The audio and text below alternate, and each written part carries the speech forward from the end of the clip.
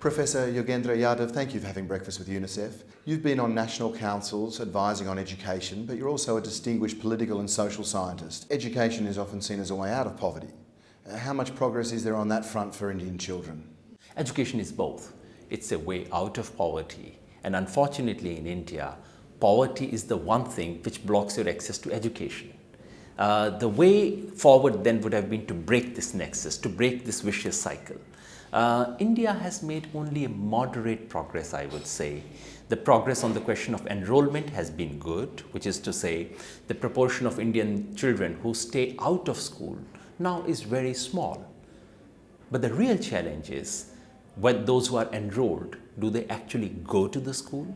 And when they go to the school, do they find a teacher there? And when they find a teacher, do they get education in the classroom? That remains a very, very big challenge. Is there a risk then that we're going to see education reinforce rather than reduce inequality? Risk presumes that it might happen in future. My sense is that this is exactly what education has been in this country. Apart from other inequalities, class inequalities that you have all over the world, remember this is a country with caste inequalities. Remember this is a country where certain people based on accident of birth were debarred from education. Educational privileges were confined only to a very tiny section of traditionally literate communities. When modern education arrived, of course, it did not erase any such distinction. Modern education came quietly to only those who were traditionally privileged. And in a sense, this has been the most negative function of education in our society. Is education an election issue in India? Last 20 years have seen a fundamental transformation of Indian politics. We've had an upsurge from below. People from the lower social orders are now participating in politics more than the upper ones. India might be one of the few countries in the world where as you go down the social hierarchy, political participation is more than others, a classic negation of Lipset's hypothesis about democracies, which is where hope resides. This has led to changes in political parties. This has changed the social composition of India's political elite. But this has not yet resulted in change in the political agenda. And when education becomes political agenda, as it is beginning to, the emphasis still is on the number of schools, how many buildings, how many toilets, how many teachers. We are still unable to translate all that into quality of education. As and when that happens, we should expect some major transformation. So I am hopeful because I believe in democracy, because I have faith in politics. Your countryman Amartya Sen has the same faith. He believes that maintaining democratic processes is really one of India's great strengths. From the perspective of the poor, how do you see governance? How do they see governance?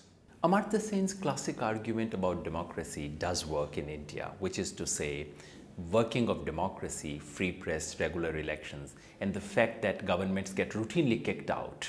In fact, the proportions of governments remaining in power is lower than those who get kicked out.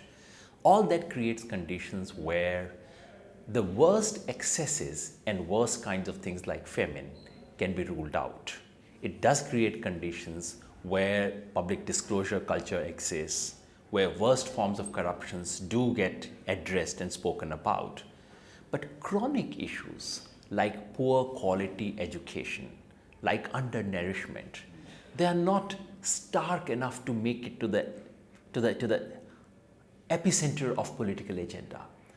That really is a problem, and I'd like to hear that from someone like Amartya Sen one day. What about those things which are not as sexy as famine, which are not as stark as war or huge corruption?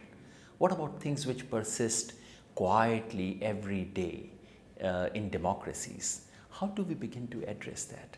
That is a major challenge, I think, for next generation of Amartya Sens to address. You make a strong point, the need for quality education for all. At the same time, we see across the world growing inequity. Does India have the time it's going to take to get quality education for all children? The starting point is a huge challenge. If you measure educational inequalities in terms of Gini index by number of years spent in education, then India currently is one of the worst in the world because our Gini index of inequality is one of the highest. The risk here is that this situation might just become frozen, while a tiny section of Indian elite continues to get very good quality education and is big enough to impress the rest of the world with the quality of education Indians have.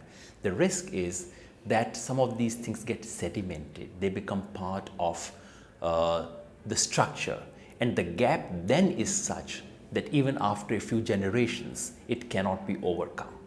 That is a risk we have to really think about, because there are moments in country's history where leaps can be taken. And about India, sometimes my fear is, are we coming to the end of that period where that leap could have been taken, where significant inequalities could have been suddenly bridged, where things could have been opened? That is my fear. I do fear for India in that respect. Yogendra, Yadav, thank you very much.